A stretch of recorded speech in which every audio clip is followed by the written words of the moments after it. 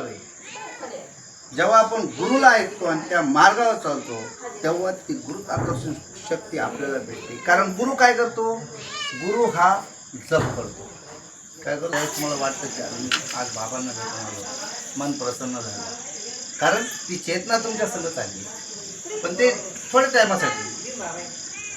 1 दिवस 2 दिवस तुम्ही चार्ज राहणार, तर तुम्हाला गुरु करायचं. म्हणून आपल्याकडे भारतात तरी गुरुकुलं होते, गुरु परंपरा आहे. गुरुकुलामध्ये आपण 25 वर्षे राहायचो. 25 वर्ष गुरुकुल पूर्ण केल्याच्या नंतरच त्याला लग्न करायचं. तिथं आपण शास्त्र शस्त्र दोन्हीही विद्या पारंगत करायचो. कारण संरक्षण फार गरजेचं आहे. संरक्षण नसेल तर तुम्ही काहीच नाही करू शकत. समजलं ना? म्हणून मी सांगतो की मला एकाने प्रश्न केला की महाराज शस्त्र बडे की शास्त्र बडे? तर मी त्यांना उत्तर दिलं, अगर शस्त्र बड़े होते तो राम जब वनवास में जाता था तो फिर वो यजुर्वेद अथर्ववेद सामवेद घेऊन गेला असता.